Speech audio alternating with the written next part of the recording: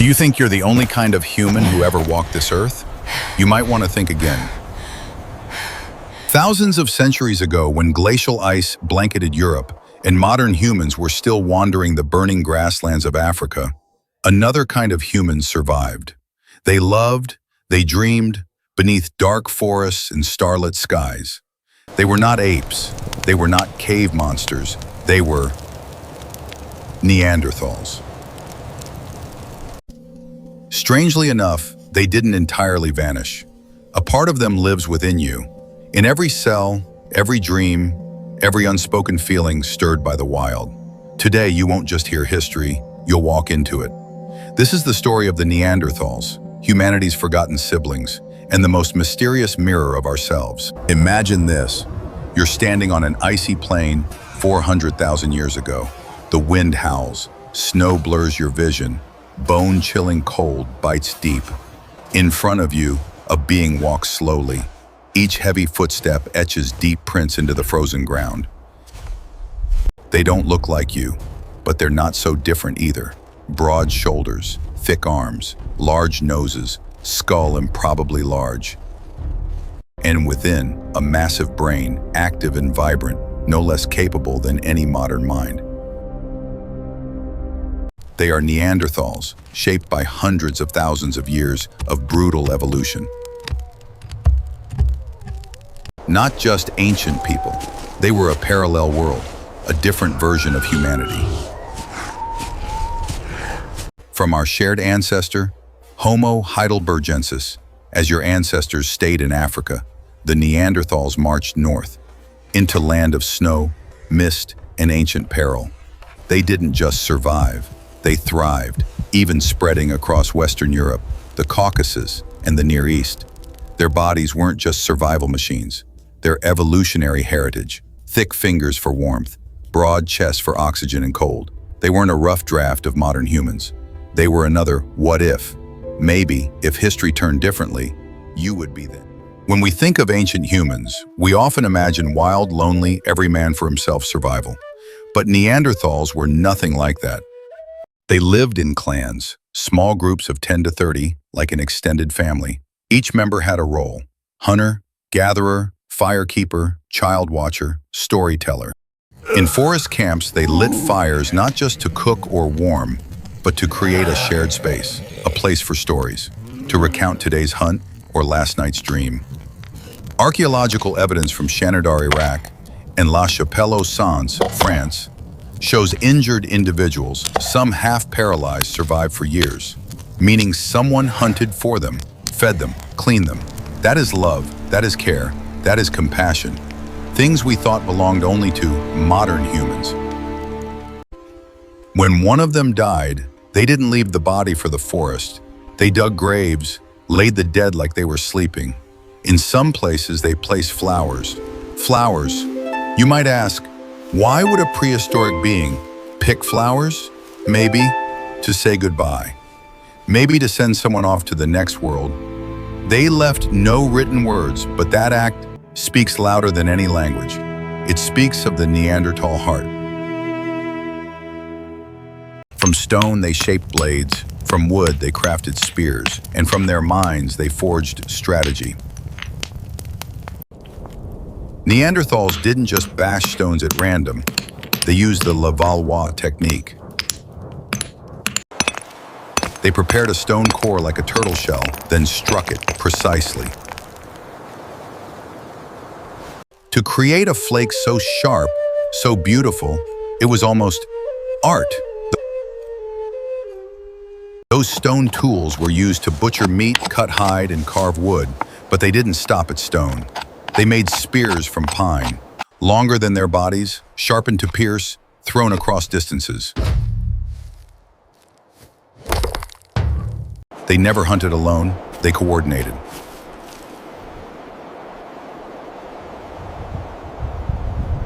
They drove animals into traps, canyons, or ambushed them at waterholes. They took down mammoths, woolly rhinos, giant elk. Every hunt was a matter of survival. In their hands was more than stone. They held technology, primitive but full of strategy. No electricity, no fireplaces, no Gore-Tex jackets, and yet they survived the Ice Age. They knew how to separate hides, soften them, smoke them against moisture, and treat them with fat to last longer. Their teeth wore down not just from chewing, but from clenching hides to stretch them soft.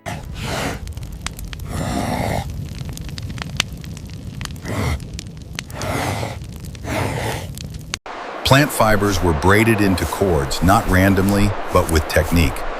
In menace 20 degrees Central European winters, they needed to cover at least 80% of their bodies.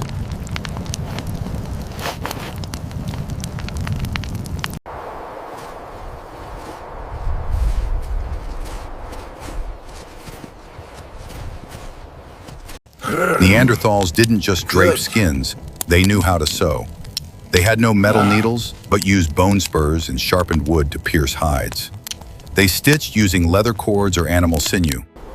To them, clothing wasn't just cover, it was survival technology.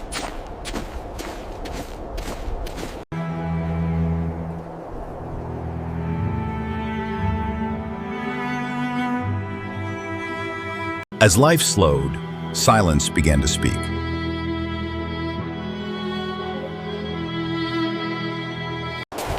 They once ruled the frozen forests, masters of survival through strength, intellect, and unity. But then, the footprints faded. The fires no longer burned. There was no funeral bell for the Neanderthal, only a slow, silent fading. When Homo sapiens arrived, they didn't meet savages. They met people, already fading. Were we the reason? Did Homo sapiens replace them with progress? The world changed. Forests vanished. Animals migrated. And Neanderthals lost their place. With each winter, hope grew smaller. The last group survived, somewhere remote and cold. No one recorded them. No name carved in stone. Only the wind and bones. And questions no one can answer. Death is not always the end. Sometimes it marks the beginning of a deeper connection. In 2010, geneticists revealed an undeniable truth. The Neanderthals still live on. Not in the form of bones, but in us. Their DNA still flows in the blood of billions. If you're European, Asian, or Middle Eastern, you might carry 1 to 4% Neanderthal genes. They blended in, they loved, they had children with your ancestors. A part of them continues through you. Neanderthal genes influence how we fight disease, sleep, and even how we feel. Maybe, in the way we gaze into the deep forest, is a memory not of the mind but of the blood. The story of the Neanderthals isn't just about them, it's about us. Sometimes, to truly understand ourselves, we must look back at the shadows we've lost. The Neanderthals had no pyramids, no written words, no epics carved in stone, no mighty walls. Yet, they left traces within our hearts. They were there at humanity's very first campfires. Their footsteps walked beneath star-filled skies, forgotten names. They are the unspoken ancestors, the forgotten brothers in history's gatherings, unnamed brothers, who paved the way for us with their very lives and deaths. Every tool shard, every spear tip, every flower laid on a grave. Whispers from the past, we were once human too. So if any gratitude is due, perhaps just one thing: never forget them. Remember, your intelligence carries a part of theirs. Your hands once bore their shadows. Your heart beat alongside theirs in wild days.